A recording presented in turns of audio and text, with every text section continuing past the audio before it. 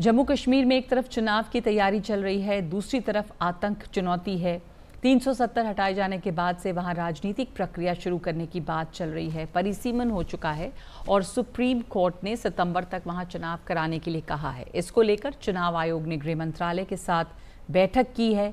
लेकिन इस बीच जम्मू कश्मीर के अलग अलग इलाकों में आतंकियों के हमलों के बाद सेना और आतंकियों के बीच मुठभेड़ जारी है।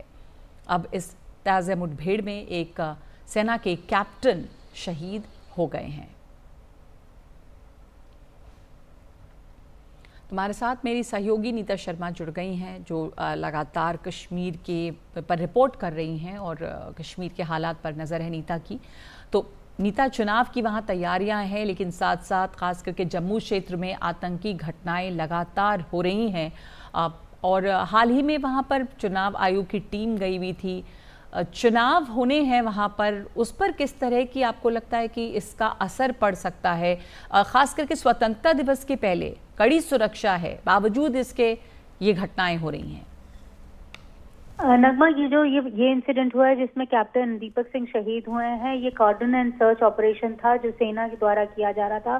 दरअसल विलेज डिफेंस गार्ड ने एक जानकारी दी थी कि कुछ आतंकी जो हैं वो ऊपर पहाड़ियों में दिखाई दिए हैं, जिसके बाद सेना ने कासो लगाया था। जब कासो लगाया उसके बाद जब कांटेक्ट एस्टैब्लिश हुआ तो दोनों साइड से फायरिंग हुई। इस फायरिंग में एक आतंकी के मारे जाने की खबर भी सामने आ रही है। हालांकि इस आतंकी ग्रुप में 4 से 5 आतंकी होने की खबर है। जब इसी मुठभेड़ में हमारे कैप्टन दीपक सिंह भी शहीद हुए हैं। सेना को वहां से वॉरलाइक स्टोर्स मिले हैं, जिसमें M4 असॉल्ट राइफल भी मिली है, नाइट विजन डिवाइसेस भी मिले हैं। जो वारदात का जो सीन था वहां पे खून के धब्बे मिले हैं, जिससे आशंका लगाई जा रही है कि 4 से 5 आतंकी होने की उम्मीद है। और जिस तरह से फायरिंग हो रही थी उससे भी ये लग रहा है कि 2 से ज्यादा आतंकी जो हैं वो और हो सकते हैं। तो अभी सेना सर्च ऑपरेशन कर रही है।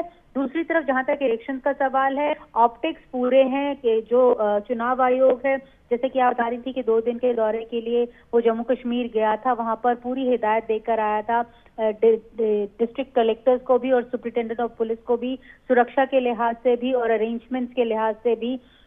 और उनका कहना था कि वो अपनी तरफ से पूरी तैयारी कर चुके हैं। आज केंद्रीय गृह सचिव की मीटिंग भी थी चुनाव आयोग से, जिसमें उन्होंने कुछ और मोडालिटीज जो हैं वो डिस्कस की।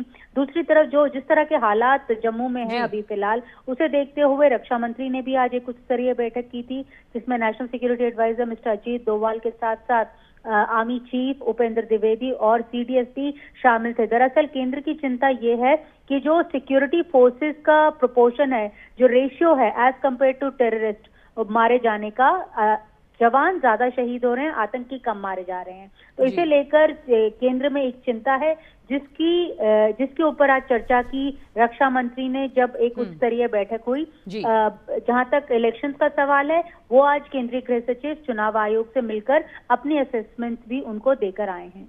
नगमा, ठीक है, धन्यवाद आपका नीता।